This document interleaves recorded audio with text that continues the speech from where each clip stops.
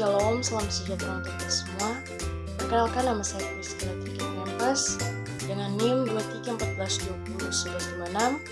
Saya dari Fakultas Keperawatan Universitas Bangunan Indonesia Manado, kelas A5 semester 1. Tujuan saya membuat video ini yaitu untuk memenuhi ujian akhir semester dengan mata kuliah Pemenuhan Kebutuhan Dasar Manusia dengan dosen pengampu Nurse Fania Tampilang, SKF MKes.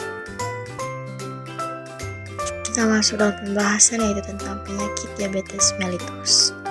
Diabetes mellitus atau DM suatu penyakit atau gangguan metabolisme kronis dengan multi etiologi yang ditandai dengan tingginya kadar gula darah disertai gangguan metabolisme karbohidrat, lipid dan protein sebagai akibat insufisiensi fungsi insulin. Insufisiensi fungsi insulin dapat disebabkan oleh gangguan atau defisiensi produksi insulin oleh sel-sel beta Langers, kelenjar pankreas, atau disebabkan oleh kurangnya responsifnya sel-sel tubuh terhadap insulin atau WHO 1999. Pada diabetes tipe 1, pankreas tidak dapat menghasilkan cukup insulin. Berikut penyebab pankreas tidak dapat menghasilkan cukup insulin pada penderita diabetes tipe 1.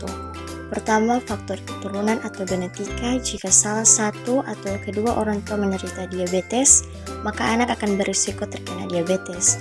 Kedua, autoimunitas, yaitu tubuh alergi terhadap salah satu jaringan atau jenis selnya terdiri dalam hal ini yang ada dalam pankreas.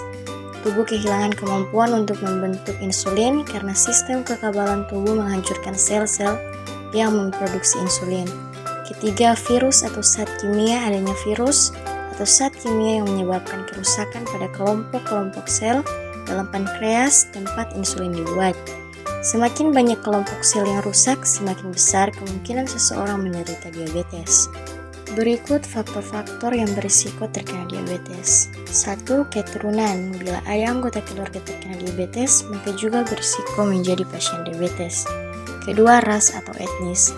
Orang kulit hitam lebih mudah terkena diabetes daripada kulit putih. Orang asing juga memiliki risiko lebih tinggi mengidap diabetes. Ketiga, usia. Risiko terkena diabetes akan meningkat dengan bertambahnya usia, terutama pada usia di atas 40 tahun. Keempat, obesitas. Semakin banyak lemak menimbun di perut, semakin sulit pula insulin bekerja sehingga gula darah mudah naik.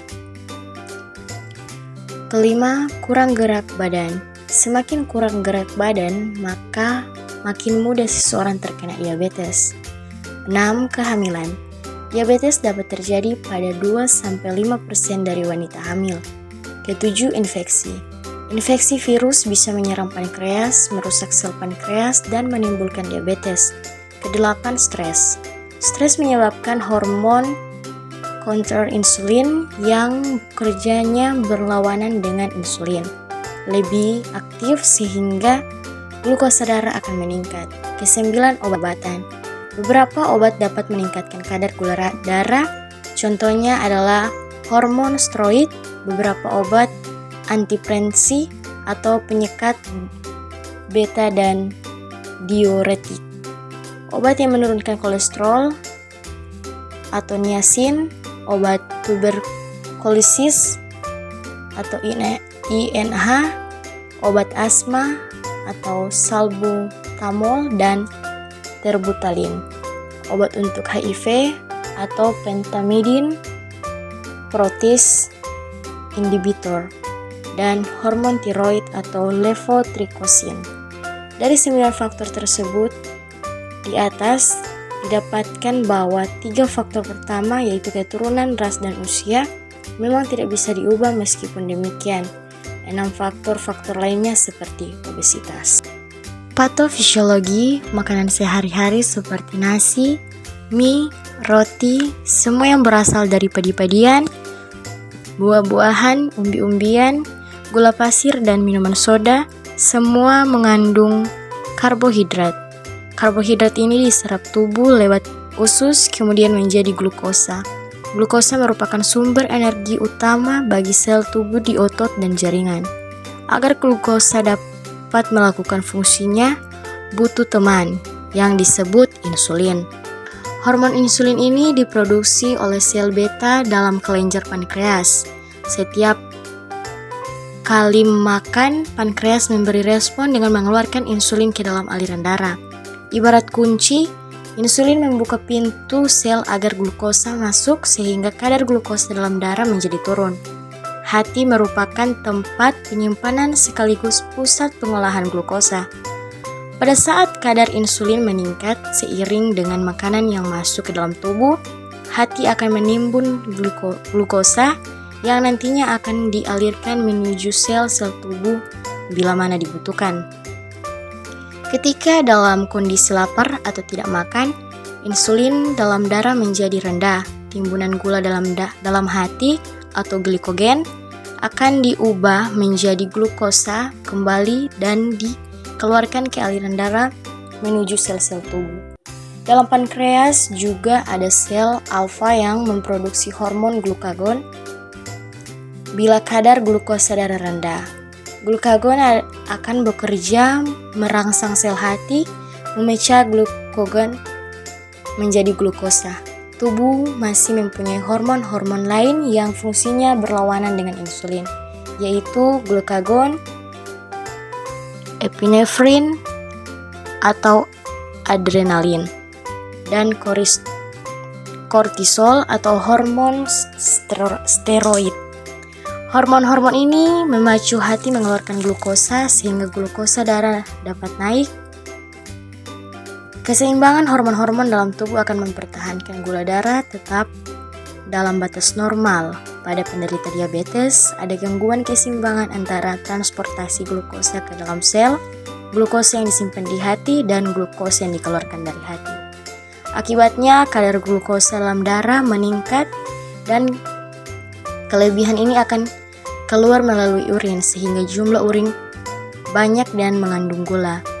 Penyebab keadaan ini ada dua. Pertama, pankreas tidak mampu lagi membuat insulin. Kedua, sel tubuh tidak memberi respon pada kerja insulin sebagai kunci pembuka sel sehingga glukosa tidak dapat masuk dalam sel. Manifestasi klinik sebagian besar penderita diabetes pada awalnya tidak terlalu memperhatikan gejala diabetes. Biasanya penyakit ini baru terdiagnosis setelah dalam tahap lanjut. Penyakit diabetes tahap lanjut dapat mengakibatkan komplikasi yang akan merembes ke mata, ginjal, dan saraf atau pembuluh darah.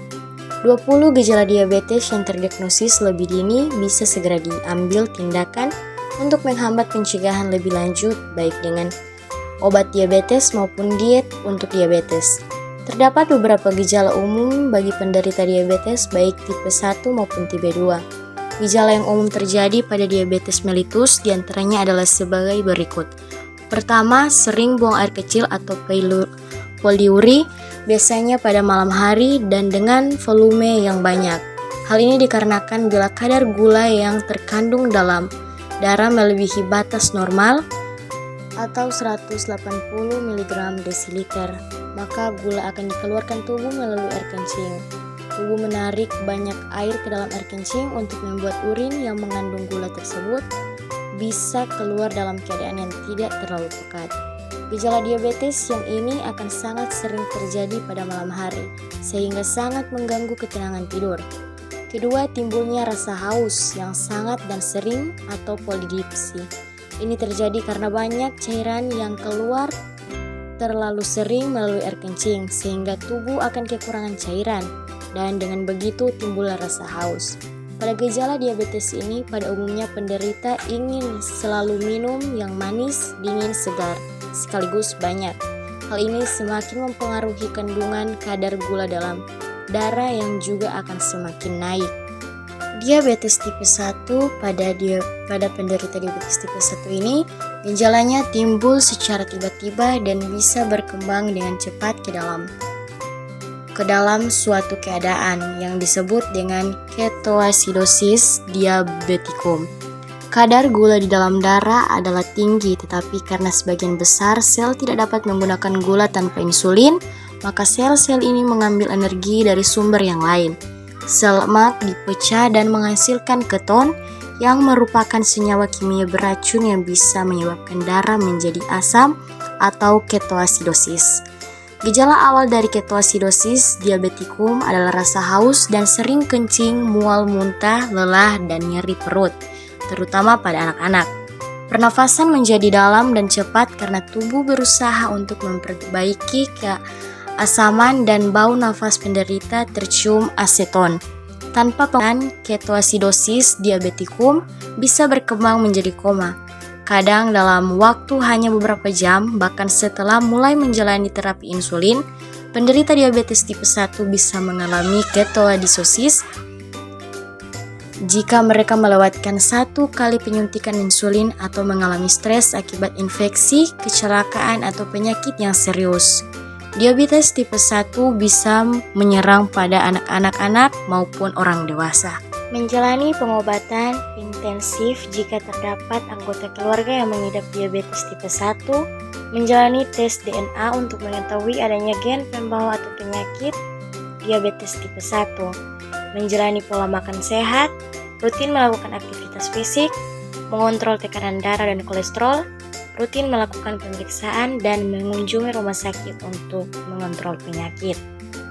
Pengobatan yang dilakukan bertujuan untuk menjaga keseimbangan kadar glukosa darah dan mengendalikan gejala. Selain itu, pengobatan juga dilakukan untuk mencegah komplikasi yang dapat terjadi di kemudian hari. Beberapa pengobatan yang diberikan dokter antara lain insulin untuk mengontrol glukosa darah pengidap. Pemberian insulin ini dengan cara disuntikan pada lapisan di bawah kulit sekitar 3-4 kali sehari, sesuai dosis yang dianjurkan dokter. Pola makan sehat dan olahraga teratur untuk membantu mengontrol tingkat glukosa darah, merawat kaki dan memeriksakan mata secara berkala untuk mencegah komplikasi lebih lanjut. Sekian penjelasan materi dari saya.